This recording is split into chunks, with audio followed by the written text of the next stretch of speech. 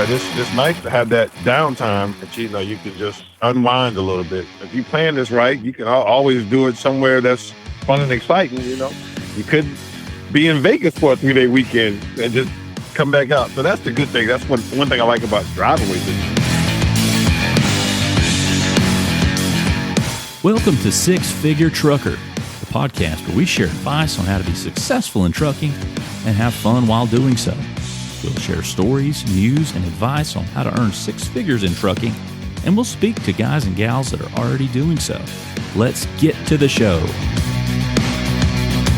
Hello, everyone, and welcome to the Six Figure Trucker, brought to you by Norton Transport. This is a venue where we elevate and celebrate the truck driver, the ones who make the wheels go round literally and also figuratively in the economy of this country. And we, of course, move the trucks that eventually move the freight that comes to your home. Now, joining us this evening is a very special guest, and we're very happy to have Franklin Snooks with us. Franklin, how are you? I'm good. How are you? I'm doing well. What are you doing this evening, Franklin? I'm transporting one of those trucks you're talking about from Chillicothe, Ohio, to taking them over to Olathe, Kansas. I got you. So I spoke with you last night. I think you were at home last night. Is that right? In the hotel room. Oh, okay. I got you. So you were already in Ohio last night? Yes.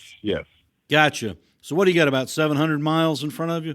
Correct. That's exactly 712. I believe they got it written down as. I got you. I'll be confession hour here.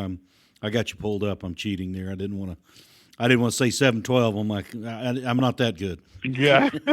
I got you. I got my laptop open. I'm sitting here looking at it. But what are you driving right now? KW, 2023, nice forest green Kenworth. I can picture it now. I mean, you could be in a lot worse. Oh yeah, definitely. Yeah. It's a lot worse out here than this ride. Yeah, kind of paint a picture for us what that ride looks like, inside, outside, front to back. Kind of give us a picture of it. Man, it's like I say, hunter green. It's got black trim on the around it. Inside, standard KW cab with the little chrome filters on the side. And inside is everything. The dashboard, everything is black. The cloth seats in this edition, not like the nice stitched leather ones that I have been pulling, but inside, it's a cab, nice big bunk area. I guess, and they don't come with refrigerators no more. I got a big open space back here where the television and I guess where the refrigerator would go at. But yeah, it's nice and spacious. I don't know who's going to be the driver, but they're going to love this. I got you. Well, you're the driver right now, so I'm guessing you're loving it now. Oh yeah, I wish I was going a lot further. I got you. You're driving it now. I guess you're the first boyfriend as far as in the truck, but somebody's going to trade it in for a more permanent relationship. Right. How does it ride? Well, it rides good. This one, it's the first one I've had that's came out the shop that's governed. So it goes about 64 miles an hour. But the ride is still smooth. If you set the cruise, of course, when cars get in front of you, it will slow down. So that I forgot what they call it right now. That's already enabled on this model. But other than that, man, it rides like a brand new KW. Gotcha. Now, when you think about the trucks you've driven, all the trucks you have, kind of rank them for us in order, ones that you prefer to the ones that you'd rather not. I mean, as far as drivability, who's at the top of the list and who's at the bottom? Who's in the middle? I would say right now, since what I've been moving lately, a lot of KW is probably the top of the list. Then I would move down to Volvo, and then I would have to say Peterbilt, and some of the Cascaders and the Freightliners are real nice. And I haven't moved a whole lot of Max or anything else lately. So that would be my top 5 right there. Gotcha. What do you look for in drivability? What kind of things stand out for you as far as what you like about a truck and what you dislike about a truck? I stand at about 6. I'm 6'4", and a little bit on. Yeah. So and I'm not overweight, but not. I'm not a screen bean either. So I got you. I like to be comfortable when I get in the seat. So that's the first thing I look at is um, if I can adjust the seat and get myself comfortable, then that's the overall quality. And then of course, if it rides nice, if it's like not jerky, nice over the bumps and everything else, then that's fine. But the most important feature is how I fit into the seat. I And got if you. I can adjust everything well, then that's the most important thing to me, right? Gotcha. Now, of those trucks that you named, those five, which ones do you know off the top of your head have a bigger cab? There's more room in them. I mean, is that something that you know instinctively? Yeah, I know the Cascader they have those cabs are usually much bigger than everybody else's, just by the way they're designed. I can't even pinpoint, but with the KWs, their passengers, the driver's seat to the passenger seat, it's a little tighter. But once you get into the sleeper area, then that's where all the room opens up. And of I course, got you. that Volvo, I think it used to be the 780 series, the big boy that Volvo has. Oh, yeah. All their room is in the back there. I think at one point they had a table that actually folds down in the bunk area, and you had plenty of room, to sit back there and eat like you're eating at a picnic table somewhere. So that was real nice. That's pretty cool. That's pretty cool. Now, let's see. You're going from Chillicothe there, south of Columbus to Olathe. What's your route? What road will you be taking over there? Look like mostly 70 West, Okay. and that's where I'm sitting at right now. I just pulled over to take a 30-minute break while we were doing this, but and that's as far as I've looked at so far, right into St. Louis.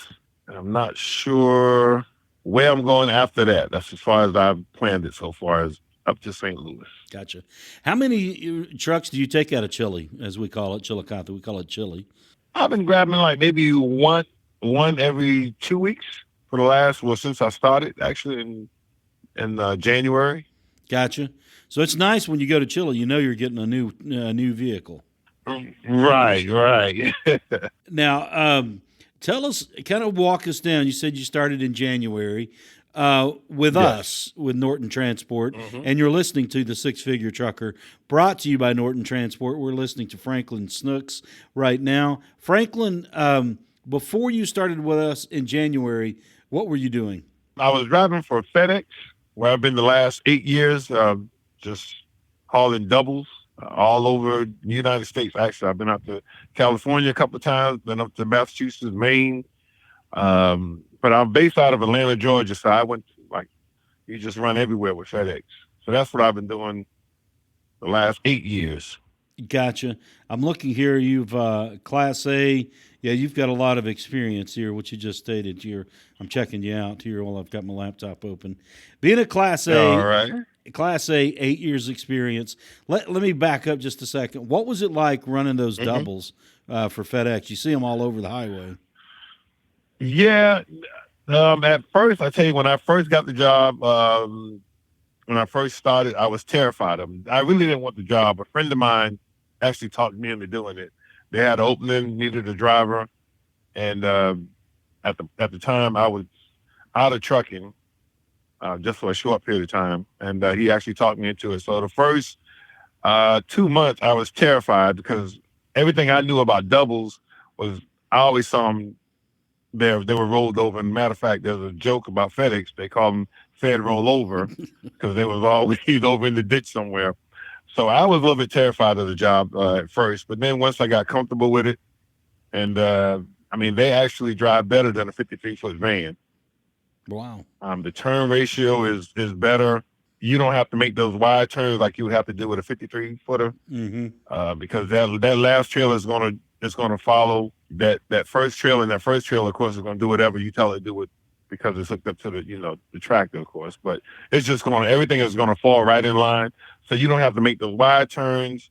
And just the hard part, some guys have learned to back them up. I've never been able to learn that part of the job, but I've seen some guys back them up just like they're backing up a 53-footer or a 20-foot trailer.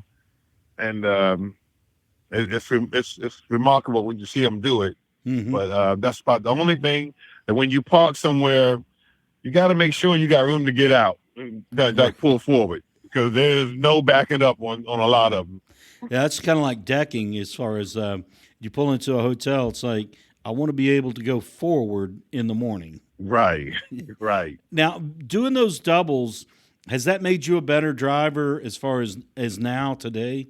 Oh yeah, definitely. It's just like because there's more parts and more components to watch out for, to check for. So even when you're driving, you're constantly looking back, trying to see, like, if your the dolly back there is doing what that last trailer is doing, whether it's, I guess the nickname is wiggle waggle. Mm-hmm. How bad is waggling or wiggling back there? So you got to make adjustments if it is. So yeah, you constantly all the time checking stuff, and so that makes you're more safety conscious, I guess. Make sure your chains are still hooked up. Like, everything is, whenever you stop, you look underneath to make sure everything is still just like you took off. Now, you kind of reminded me of an obvious question here, one that, speaking of safety, walk us through, did you picked up this morning in Chile? Yes. Okay. Walk us through what your pre-trip inspection looked like. Even though it's a brand new KW, walk us through what you did. All right. Well, walking up to the truck, I always look at, like you say, you check underneath, see if any leaks. Any water on the ground. It was a little rainy this morning when I got in Chile, so I had to look for any fluids on the ground. Then I open the hood, look at everything underneath, make sure the coolant level is good. The belts are on, nothing looks, out of sync there. After I give the engine a quick look over, pop the hood back, do a quick walk around of the vehicle. Get inside, turn the lights on, turn the flashes on, do another walk around, make sure those are all working. And then from that point, get inside the cab, blow the horn, make sure all the gauges work. Go down that checklist that Norton give you, and you pretty much cover everything. Now, when you take a new truck, obviously you're not as concerned with, not to minimize it, but the tire tread. Now, when you're picking up a used truck, how much attention do you pay to that tire tread? Oh yeah, a lot, because I picked up some trucks that's been sitting, and they'd normally be even. Maybe, I don't know, maybe they change the tires out, or they put some that's been dry rotted.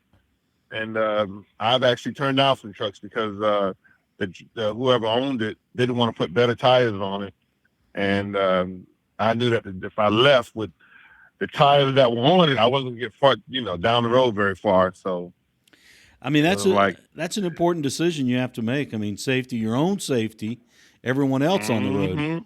So, I mean, right. How did you reach that decision on this one in particular that you're talking about? Well, yeah, they were just too bad. They were the trucks were really. I mean, looked like they've been sitting up for years when I got there, and the tires were they were crumbly in certain parts. So I knew just moving it wasn't going to take long so, and then in some part it was just like it was no tread at all, and on some of the tires on the rear.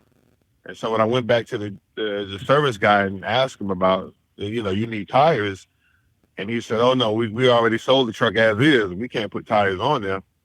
So I said, "Well, I can't drive it." And I think I was going from. It was probably like a little over 500-mile trip. I know it ended up in Atlanta, Georgia, but I can't remember where I started from right now. But it was well over 500 miles, and I was like, "Nah, this is not gonna make it there, man." So if you don't want to change the tires or refuse to, then I call back to the office, and they just told me, "Well, you don't feel safe with it, then just leave it. We'll find you another load." So that's what happened. Was it an auction truck? It could have been. There were several of them. And I tell you the truth, he had 5 trucks out there that was going down to a dealership in Atlanta. So it could have been from auction, and all 5 of them looked like they were sitting over there a year, and I actually went back and tried to find one with better tires. So I can say, like, look, since all of them are going, just give me this one, I'll take this one. But all of them had different problems with tires, and some of them even had other issues. that they just couldn't. They were undrivable. I tell you the truth. Well, you got to know sometimes when it's time to walk away. Yeah, yeah. Now, speaking of that, prior to your time with FedEx, 8 years with them, did you drive before that also? Yes, I've done. I started driving really back in 1994 was my first driving job, and I drove for Budweiser. I used to go down from where I lived down to the brewery in Jacksonville, pick up beer, and bring it back to the brewery. Right, I grew up in South Carolina, so I used to live right below the Hilton Head area, Right. and we used to go 3 times a week. We used to run out and pick up beer from the Jacksonville brewery to the plant. So that's where I started. Then from there, I went driving flatbed just for a short period of time because I found out quick I didn't like that. Now, And then when you were delivering beer, did you have to do some taste testing for quality control? I wish. But you know, it's funny you ask that. When you go to the brewery, at the end of the tour, if you ever visit a brewery, they do have taste testing there, so the beer is available. But no, they never gave it to us. I wonder why. I got to check back into that, man. I was looking at your profile here, and I saw your area code, and I was like 843. I'm usually pretty familiar with them, but now that it just clicked with me, that's South Carolina, isn't it? Yeah, South Carolina. Yep. So you're down there, Hilton Head, Charleston. Boy, that had to be rough growing Right. up down there. Wow. Yeah, man. I mean, on the beach every day, it was real rough. It was hard, hard going. So how far from were you in between Hilton Head and Charleston, or?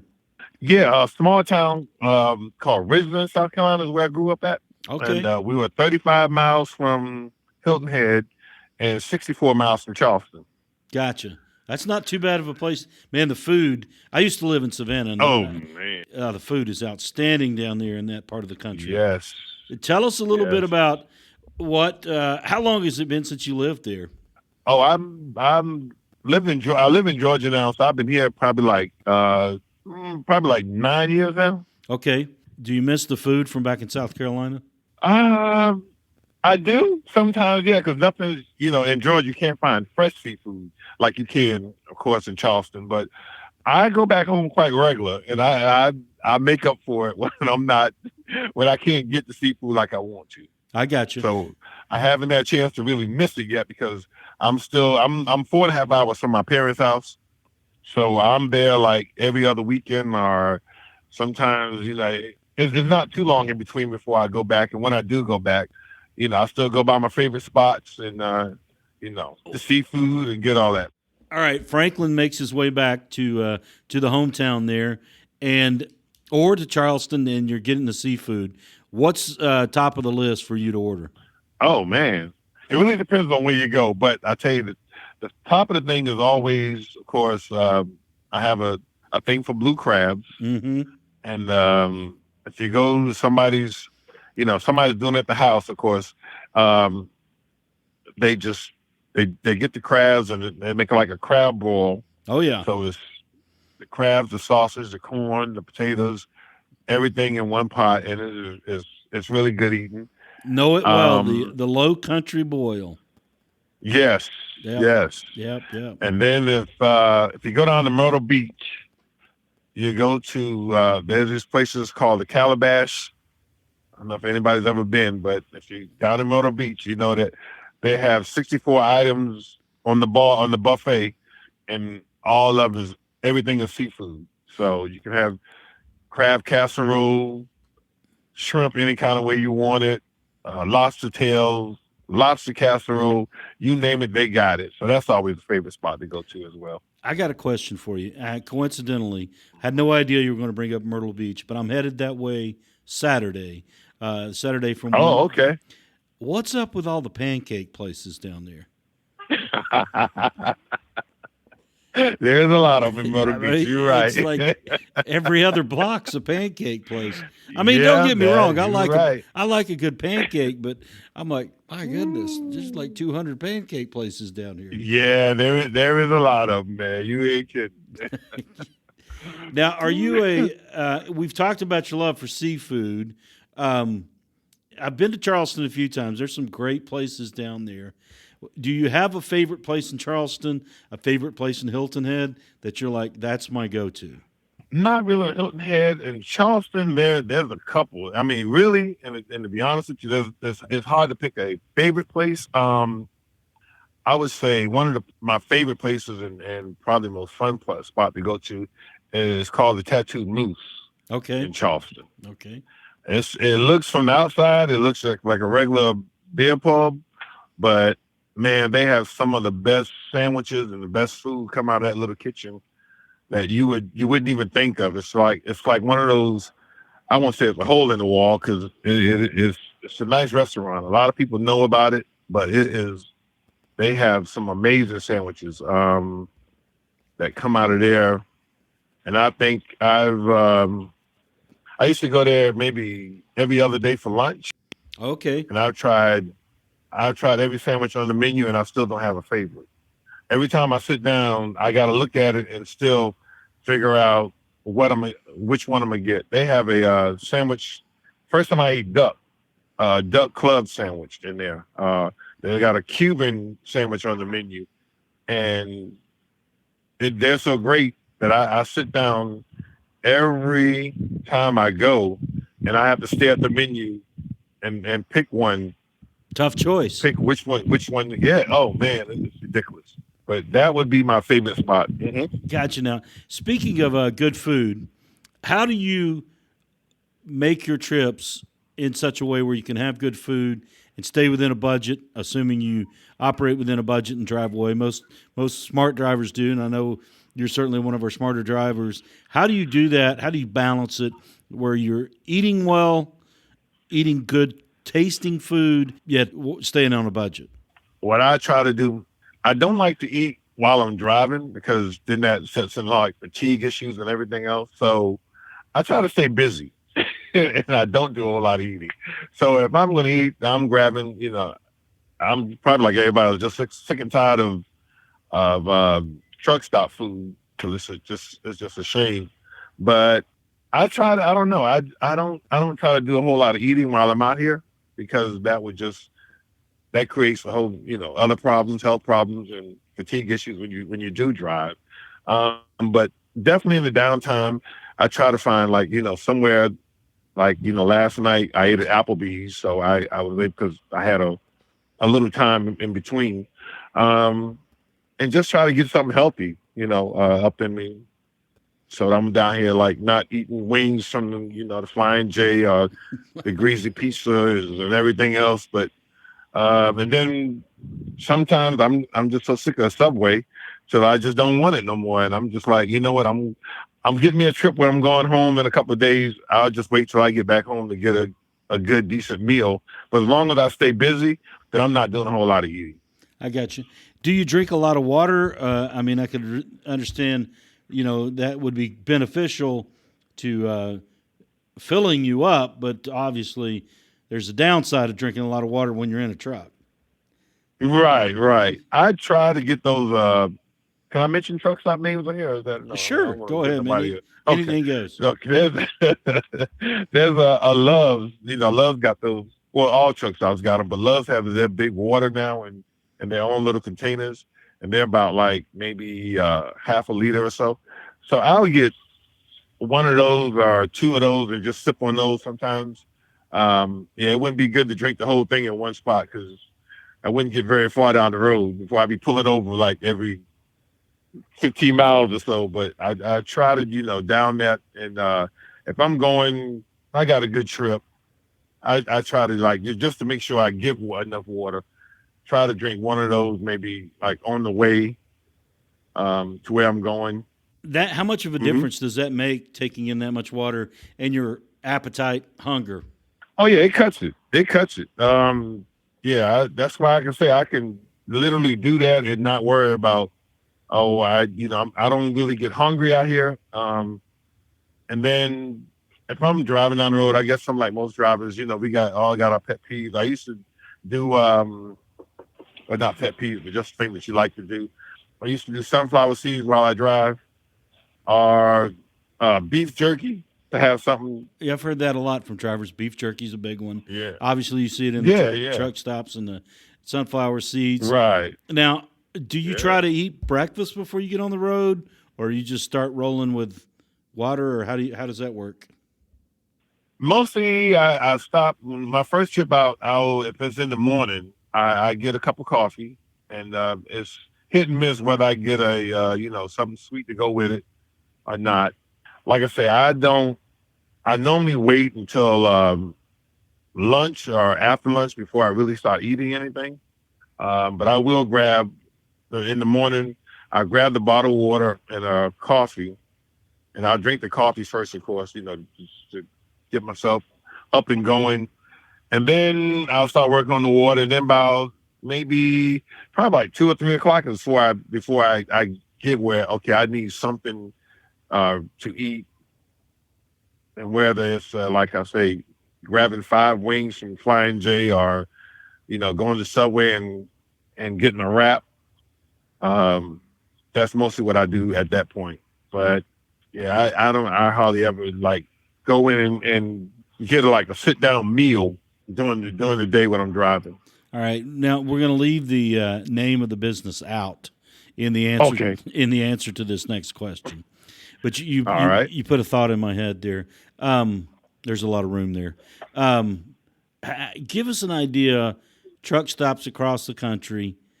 Wings. Are the wings? How would you rate the wings at a truck stop? Let's say 1 to 5, and 5 being the best and 1 being the worst. They're probably like a 2, or maybe even a 1. I got you. They're not the best, but what you gotta do when you're in a truck, you just can't always pull over to your favorite wing spot. Right.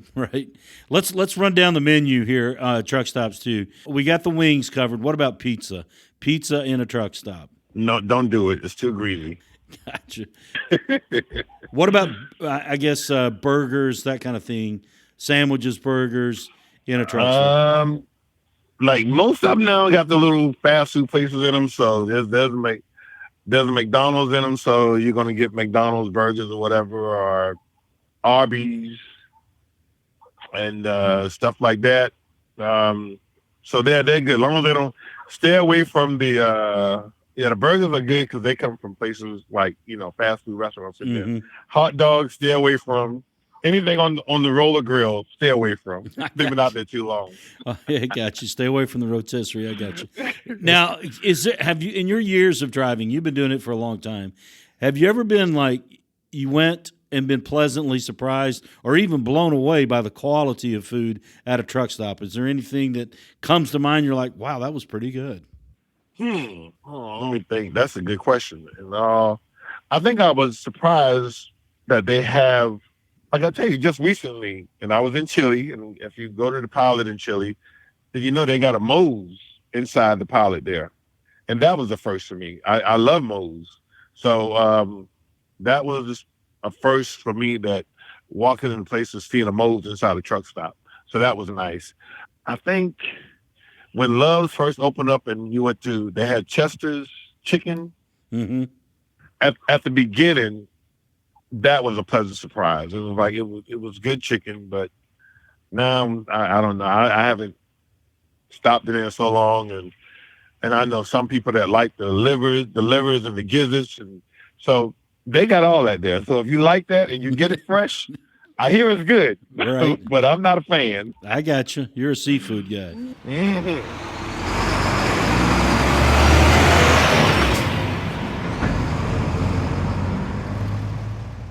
You're listening to Franklin Snooks here on the Six Figure Trucker, brought to you by Norton Transport. Franklin, you should be back in Sandy Springs Thursday? Yes.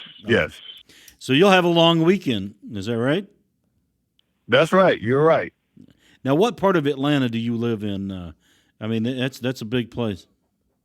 Yeah, south of the city. I live on the south side, Locust Grove. Okay. That's down there near Hampton, isn't it? Right. Yep. I got you. Just about to the other side of McDonald, but you're right. I got you.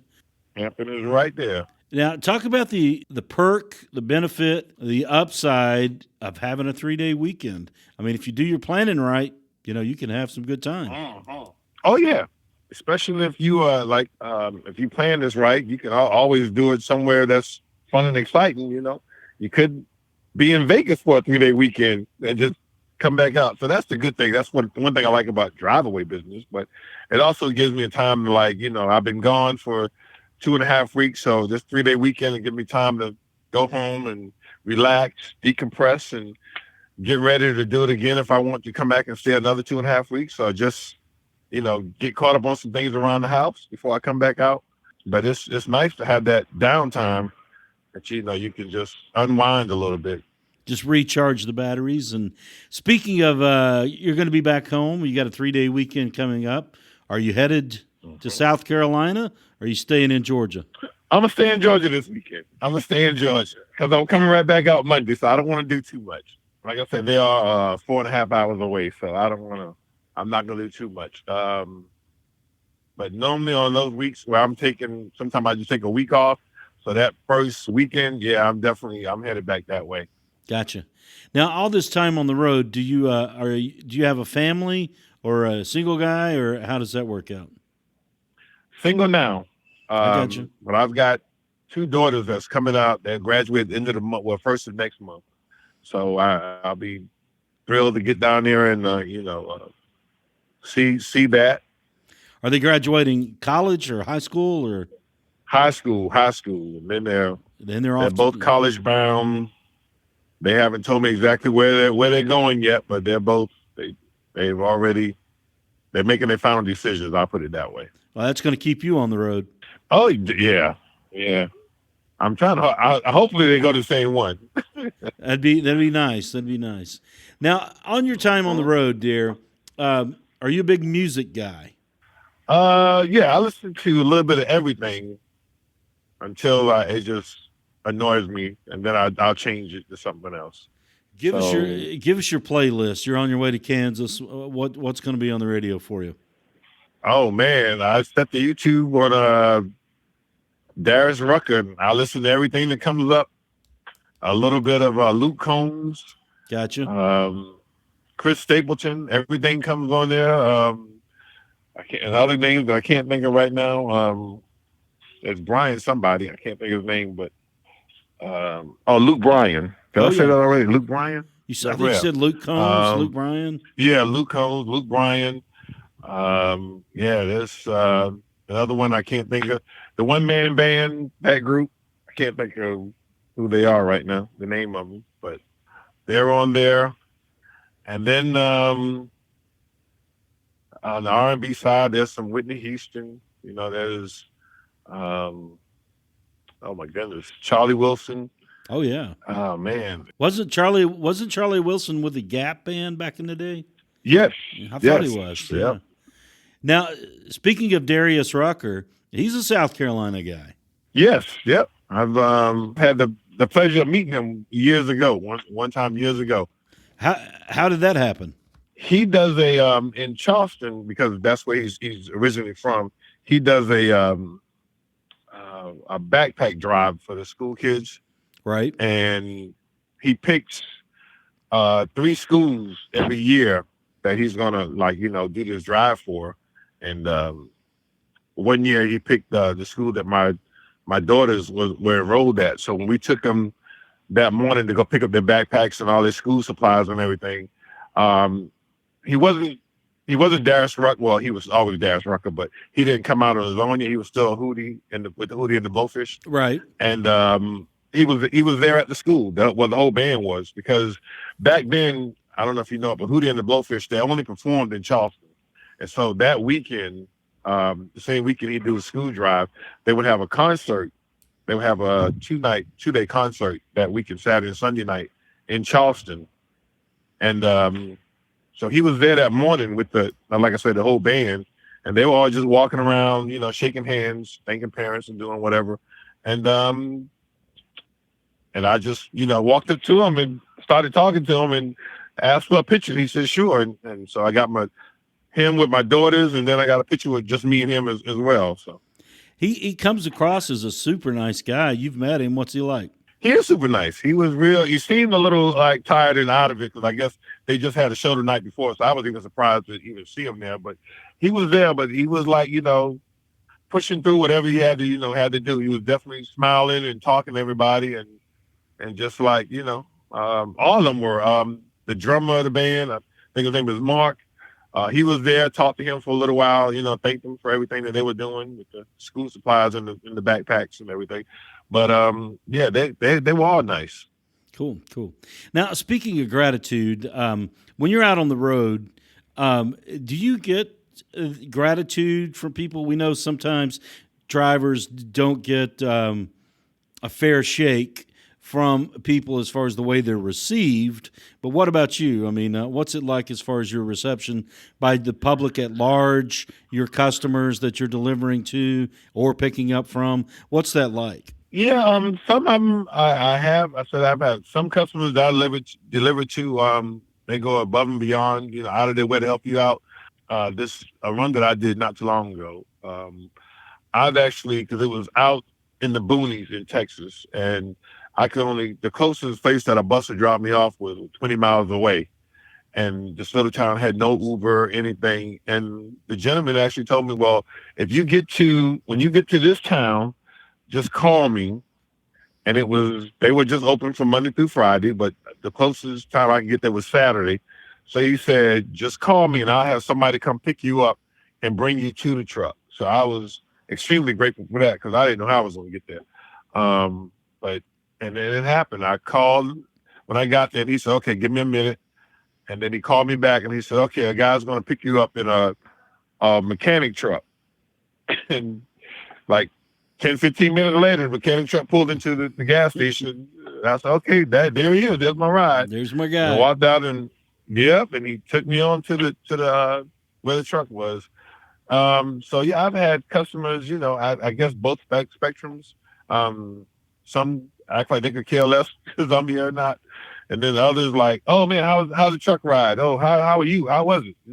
Long trip. I think the most gratitude was I took a bus out of Alabama to Massachusetts, a city bus. It was 55 miles an hour the whole way. It took me 3 days to do it. It was brutal. I don't think I want to do it no time soon. But when I got there, everybody came out. It was like so glad they were happy to see it. But a lot of questions too, man. Like, and so that was really nice. But they were all like, hey, we got a break room. You go in here, you need anything. And they show you we got showers here, coffees right there, snack machines over there. Anything you need, just let us know. And that's it. So most of the time, everybody, they greet you with a smile and they willing to help any way they can. I really can't complain. Even the ones that don't do it, the ones that do outweigh those by a mile. I guess that's got to be redeeming to see that quality of humanity. I mean, like you said, it outweighs it by a mile. Yeah, it really does. There's been very few times where, I pull in and everybody go the other way, act like they don't want to talk to you or speak to you and don't want you to use. I used to do this back in the day when we had to fax all the paperwork in, and you'll go there and you'll see signs that says, don't ask us to use the phone or fax or anything. And so you kind of just get, okay, well, fine. I'll go somewhere else and send it in. But then you go other places and you don't even say nothing, and they're already offering. The lady comes to you like, do you need anything faxed? You need to make copies? You need me to do anything? And I'm like, well, yeah, I do. If you don't mind, and give it to me. Okay, I need to make copies of all these and just fax this off to whatever. And she's more than happy to do it. So that's cool, man. Like I say, it definitely comes out, more on the good side than the bad. So, what's your favorite experience out on the road? You've been on the road a long time. What's the thing that really comes to mind, most memorable? That is a good question. Oh, man. Favorite experience out on the road. Wow. Ooh, you should ask about this. Let me think about that for a minute. Hey, we got all night. Okay. Let me think. Favorite experience out on the road. I tell you what, we'll back into that. We'll back into it. Yeah. Give me time on that one. 'Cause Sure. like I said, it's been a long time. So, What about the worst experience on the road? the worst would be definitely. I think I broke down once, and it was in a truck, driving I was driving a tractor, and I called the breakdown. The wheels broke down by 11, 12 o'clock at night, Mm-hmm. and That's when breakdowns happen. of course, yeah. And I went weekends. to the exactly. I got to a Freightliner dealership, and while I was waiting on them to figure out if it was something they could go ahead and fix or what they would have to do, it took them about like 3 or 4 hours. And being out there, and I guess just ready to, right now, if you guys can't fix it. But the only thing was where I broke down was in the middle of nowhere, like too far away from the hotel. So I stayed at the Freightliner dealership. I want to say it was about maybe 3 o'clock the next day, the next day when I could actually get out of there, and end up having to leave the truck, but had to call somebody like 50 miles away to come get me. And so spending that kind of money just to get to a hotel, and then eventually, they found me another load somewhere, maybe like 20, 30 miles away that I could get to and get back up and running. But Gotcha. Did you sleep in the lobby? not really, because it was really uncomfortable. But then I'm pretty sure I was dozing off. Right. But they have the most uncomfortable chairs at those dealerships, man. When you waiting to get your truck fixed, I got you. like they need to invest in some mattresses somewhere. But Let's swing back the other way now that we've thought about it for a minute. The best experience on the road. man, that's just It sounds like you've had a lot of good experiences. I have. I would say this. I would say, and of all places, New York City is always one of the best. And I would just say because it's so easy to get around the city, to get from place to place. So I would say one of the best experiences, because when I first started, I knew nothing. It was my first time going to New York City, so I had no idea about how to get around, what I needed to do, and from the place that I delivered to, I think I was over on, I don't want to say the wrong thing. What's the Long Island? Mm-hmm. And the guy gave me a ride to the train station there. And he said, "Okay, this will take you back into Penn Station in Right. New York, Yep. and then from here you could ask, where I needed to go." And the company I with didn't have another truck in that area for me to get back. And so I ended up going back home. But I learned that in New York City, if you get over to Chinatown, there is a bus. There's a Chinese bus. That's what it's called. I don't, but if you get to Chinatown, you can get on the bus. And I paid $75 back then. Got on the bus at 7:30, and at 8:30 the next morning, they put me off at a Walmart that was really like 10 minutes from my house Really? in Somerville, South Carolina. Yeah, and that was like the most, because I'm thinking, oh man, like I'm here, I'm gonna be stuck in New York City like forever. But the thing that helped me out, that I guess is most memorable and I liked about it, because even though New York City has that reputation of nobody really wanting to help anybody, and everybody's, always like so busy, they just mind their business. They don't have time to talk to anybody. When I went to the subway, when I got off at Penn Station, I had no idea, about none of this stuff. And I'm not even sure I even found out about the Chinese bus that I need to get to Chinatown. But Mhm. that's what somebody told me. So when I went to the people in the booth, and I said, "Okay, how do I get to Chinatown?"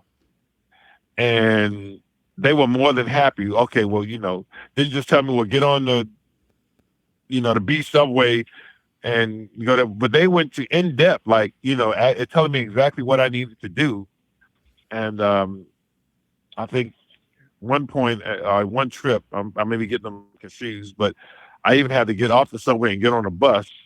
But they told me, when you get off the subway, go upstairs and catch the B bus or catch the red bus to this location, get off there, then go on the subway, get back on, and you'll go, where you need to go. So that was, I guess, that was one of the better trips because having no idea whatsoever, but having people almost take you by the hand and just like guiding you is what I needed at that point because I had no clue as what I was doing. That kind of goes, like you were saying earlier, New Yorkers have that reputation of not being hospitable, but that was not your experience at all. No, man, I was so grateful. I was like, thank you, because like I said, I'm just thinking, and I had already started looking at rooms and everything, but I was like, man, this $200 rooms gonna kill me. Right. But the bus out of Chinatown certainly helped you out a lot there, getting you back to Somerville. South Oh Carolina. yeah. That was a wide open experience, and I know I got stuck in New York. Well, I was doing a trip, taking some buses out of High Point up to Connecticut, and trying to get back to High Point because they had another one. And I was just telling one of the dispatchers up there. I said, well, she was looking up, she was trying to find a cheap way, and she couldn't do it. And I said, I said, well, let me check the bus out of Chinatown. Let me check the Chinese bus, and I'll see what the rates are. Maybe I can get over there and get one back. And she just thought that was the funniest thing ever. She just started laughing. But who was your dispatcher? Jessica, I don't think it was on dispatcher, but I think that time it might have been either Sierra. Right, she's on Jessica's I think it was team. Sierra that was. Yeah. I think it was Sierra I was telling that too because they were all trying to figure out how to get me back. I gotcha. Now, I was going to ask you, we've talked about the experiences, but what about the most, I guess, majestic, took your breath away place that you've been? Oh man, place up around Chicago, and I went there in the winter, and oh man, it's between Chicago and Wisconsin. I can't think of. Oh, Geneva. I don't know, Lake Geneva or something like that. So you're going around the Great Lakes, working your way up the coast, I guess, if you're going up. Right. Yeah, I got you. Yeah. But it was in the wintertime and dead of winter, so everything was frozen over. And I came through this place, and it was like a downtown. You had the shoe stores and the suit shops and everything in a downtown setting. And in between these two stores, there was an opening on one side of the street. And it's a lake, a big, huge lake just in between these stores. And it goes back and it goes up to the mountains. Oh, nice. And it was real nice. The lake, of course, like I said, was frozen over and snow everywhere. And I'm riding down this two-lane, main street in town. And when you look at the mountain, it's got the snow-capped mountains on it. And it was just awesome. It was just nice. And I always said from that day, I haven't made it back there yet. I said, man, I got to come back here one winter just to see this. But I never made it back. Definitely made an impression on you. Yeah. That is one of them. Oh, yeah, definitely. So what about on the opposite side of the spectrum? You see where I'm going. What is something you're like, man, I don't want to go here again? Oh, yeah, definitely. I went to Montana once, and there was just nothing out there. I don't remember what city I was in, but I dropped the bus off, and if it wasn't for, if I remember right, the Greyhound, I had to catch a bus out of there because that's the only thing they got coming that way. It only comes one time a day.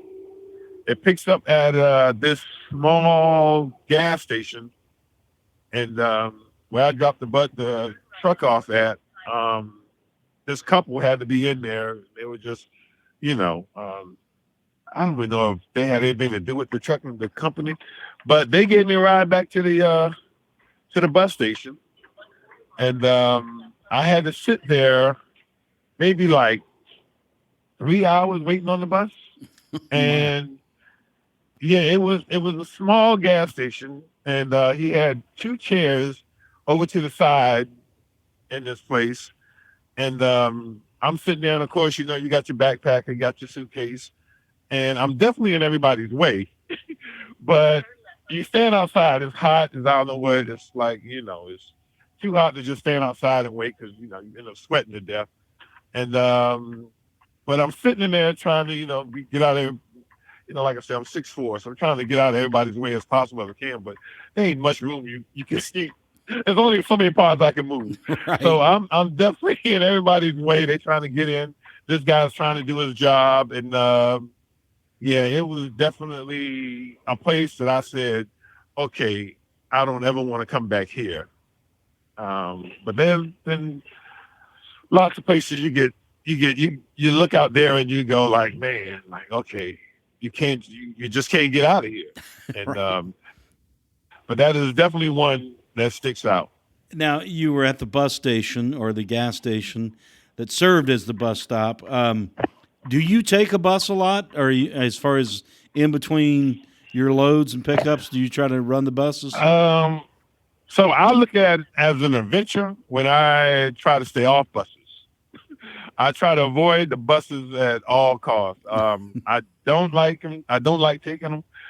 But years ago, when, like I said, I did this like before mid '90s, and I say late '90s, and then early 2000s when I came back to the driveway. Back then, if you didn't take a bus, you wasn't getting around anywhere. Right. So you had to take them a lot. But definitely now, if I can stay off a bus, then I think I'm winning. I got you. I've definitely lost when I have to take a bus, but in certain cases you have no choice. That's the only thing moving, and that's the only time I really hop on a bus. You're listening to Franklin Snooks here on the Six Figure Trucker, brought to you by Norton Transport. Franklin, we're closing out here. We're getting toward the end of our time. You've been an incredible guest, filling us with a lot of great stories, funny stories, insightful stories about good food. One question I wanted to ask you before we close it up here is, if someone is thinking about getting into Driveaway, what would your advice be to that person? Oh, I think definitely do it. It's I think you can have a rewarding career doing this. It's definitely an adventure, but you can make some good money doing it. All depends on how you want to run and what you want to do, what you're trying to accomplish.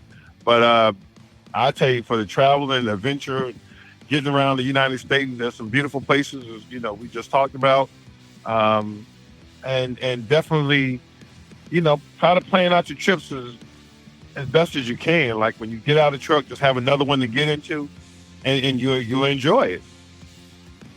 You heard it right there from Franklin Snooks here on the Six Figure Trucker, brought to you by Norton Transport. Franklin, I didn't have any other questions, but thank you so much for joining us. Anything you want to say as we close it out? Not much, man. It's been great being here. I appreciate you for calling me and asking me to do this, man. It's been fun. You bet, Franklin. Be safe out there. Will do, man. Take care. Six Figure Trucker is brought to you by Norton Transport. Norton Transport is a drive-away trucking company that customers can rely on. It offers excellent independent contract driving opportunities to professional, courteous, and qualified drivers that can provide the kind of service we deliver. If you're interested in learning more about Norton or just want to subscribe to the show, check out 6-figuretrucker.com. That's 6-figuretrucker.com.